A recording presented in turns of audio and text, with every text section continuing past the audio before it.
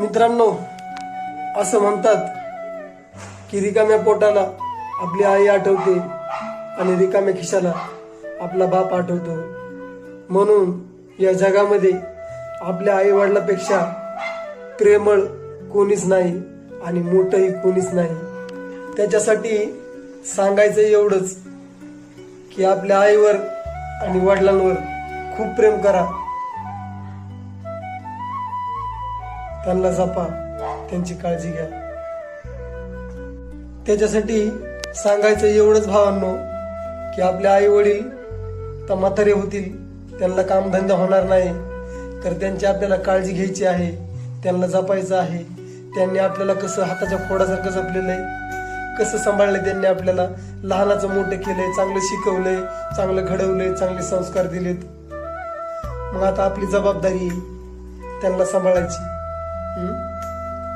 आणि ती जबाबदारी पूर्णपणे पार पाडायची, माग नाही हटायचं आणि एक कर्तृत्ववान जबाबदार मुलगा बनून दाखवायचं.